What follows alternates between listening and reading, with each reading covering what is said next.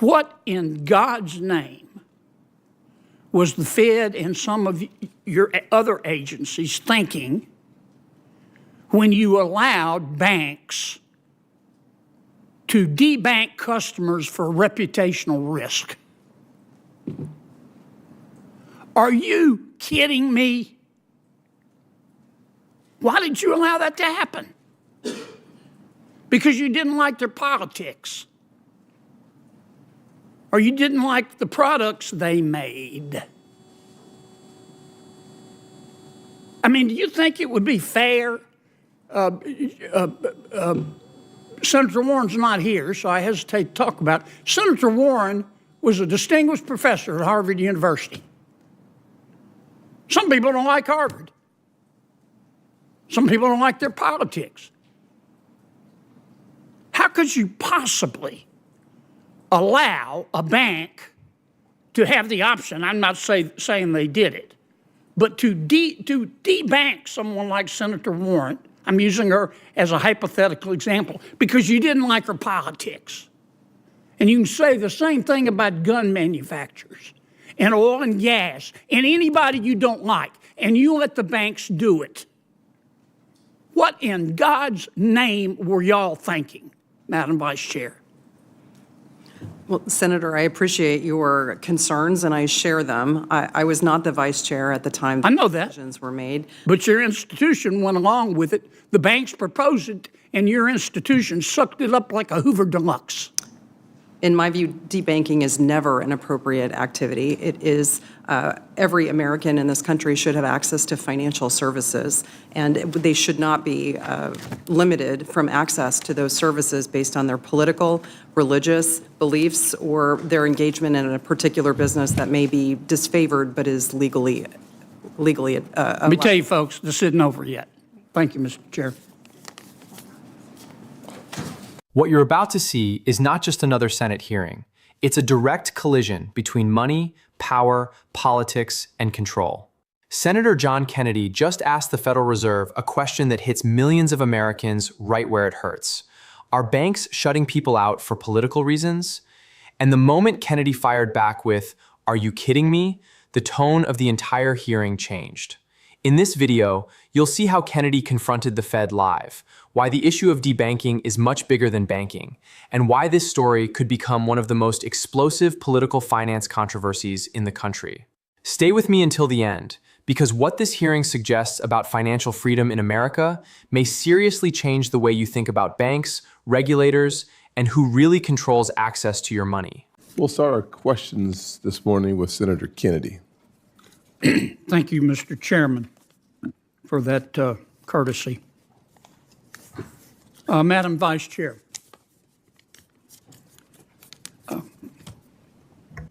credit should be given when it is due. I remember, well, 3 or 4 years ago, Chairman Powell and others were giving a report on the economy. Inflation was 9%. Was gutting the American people like a fish.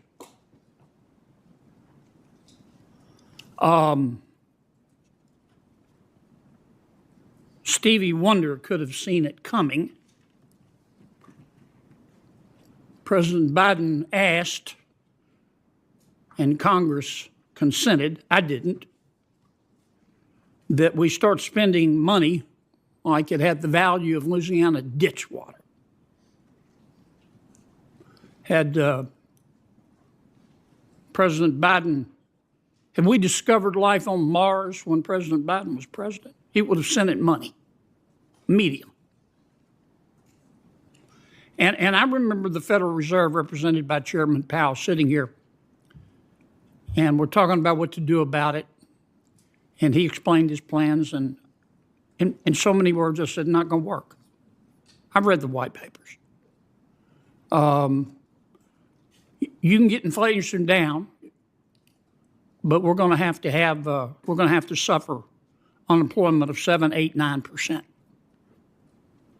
It didn't happen, did it? we had a soft landing. And the Federal Reserve was in part responsible, in the best sense of the word, for that. And we don't applaud that enough. And we can debate whether the chairman and the vice chairman and others should raise or lower interest rates, and what we should do about quantitative easing, and how many economists can dance on the head of the pin. But it's a fact. We had a soft landing. Thank God for it.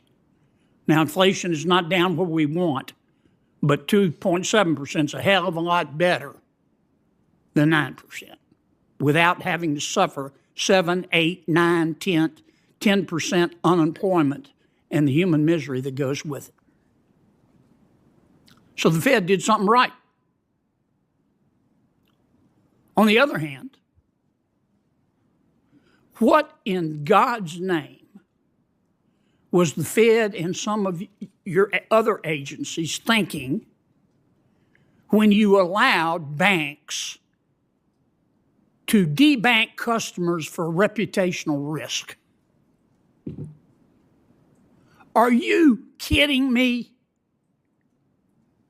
Why did you allow that to happen? Because you didn't like their politics, or you didn't like the products they made. I mean, do you think it would be fair? Senator Warren's not here, so I hesitate to talk about it. Senator Warren was a distinguished professor at Harvard University. Some people don't like Harvard. Some people don't like their politics. How could you possibly allow a bank to have the option? I'm not saying they did it, but to debank someone like Senator Warren. I'm using her as a hypothetical example because you didn't like her politics. And you can say the same thing about gun manufacturers and oil and gas and anybody you don't like, and you let the banks do it. What in God's name were y'all thinking, Madam Vice Chair? Well, Senator, I appreciate your concerns, and I share them. I was not the vice chair at the time I know that. decisions were made. But your institution went along with it. The banks proposed it, and your institution sucked it up like a Hoover Deluxe. In my view, debanking is never an appropriate activity. It is every American in this country should have access to financial services, and they should not be limited from access to those services based on their political, religious beliefs, or their engagement in a particular business that may be disfavored but is legally Let me tell you, folks, this isn't over yet. Thank you, Mr. Chair. I want extra time, Mr. Chairman. I know, sir. I know. Consider these 5 minutes of parliamentary inquiry. Professor, what's a sock puppet? I heard the reference from Senator Warren. Yeah, what earlier. is it? I'm not sure I know. I think Okay. it's that thing you stick your hand in. Yeah, kind of like this. Yes. What's a human sock puppet? Isn't a human sock puppet somebody will do what somebody else tells them to do? I think that's what the senator was trying to suggest. I Are you think that going was to the be innuendo. Are you going to be the president's human sock puppet? Senator, absolutely not. Are you going to be anybody's human sock puppet? No, I'm honored the president nominated me for the position, and I'll be an independent actor if confirmed as chairman of the Federal Reserve. My friend Senator Warren, and she, as my friend, suggested that, I wrote it down, you will use your power, you might use your power to bail out your friends if they get in trouble, kind of like President Biden did with Silicon Valley Bank and Signature Bank. She didn't say the last part, I just did. Are you going to do that? No, Senator. Okay.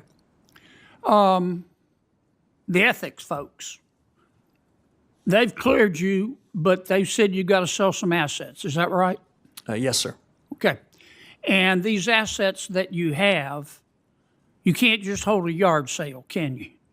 No, not for most of them, sir. Okay, so it takes a reasonable period of time, right? Yes, sir. And you've promised to sell them, right? I did. And if you don't sell them, we'll know and the ethics folks will know, right? Yes, I'd be in violation of the ethics agreement if I refuse to sell them. But you're going to sell them, right? Yes, Senator, I will. Okay. Can we agree that politicians have the right to offer you advice about what to do with interest rates? Senator, we can agree, and it's not something that I would shy away from. I've heard many senators from this very committee in years past express strong views on interest rates. Okay. Humble central bankers should be listening and then making their own decisions.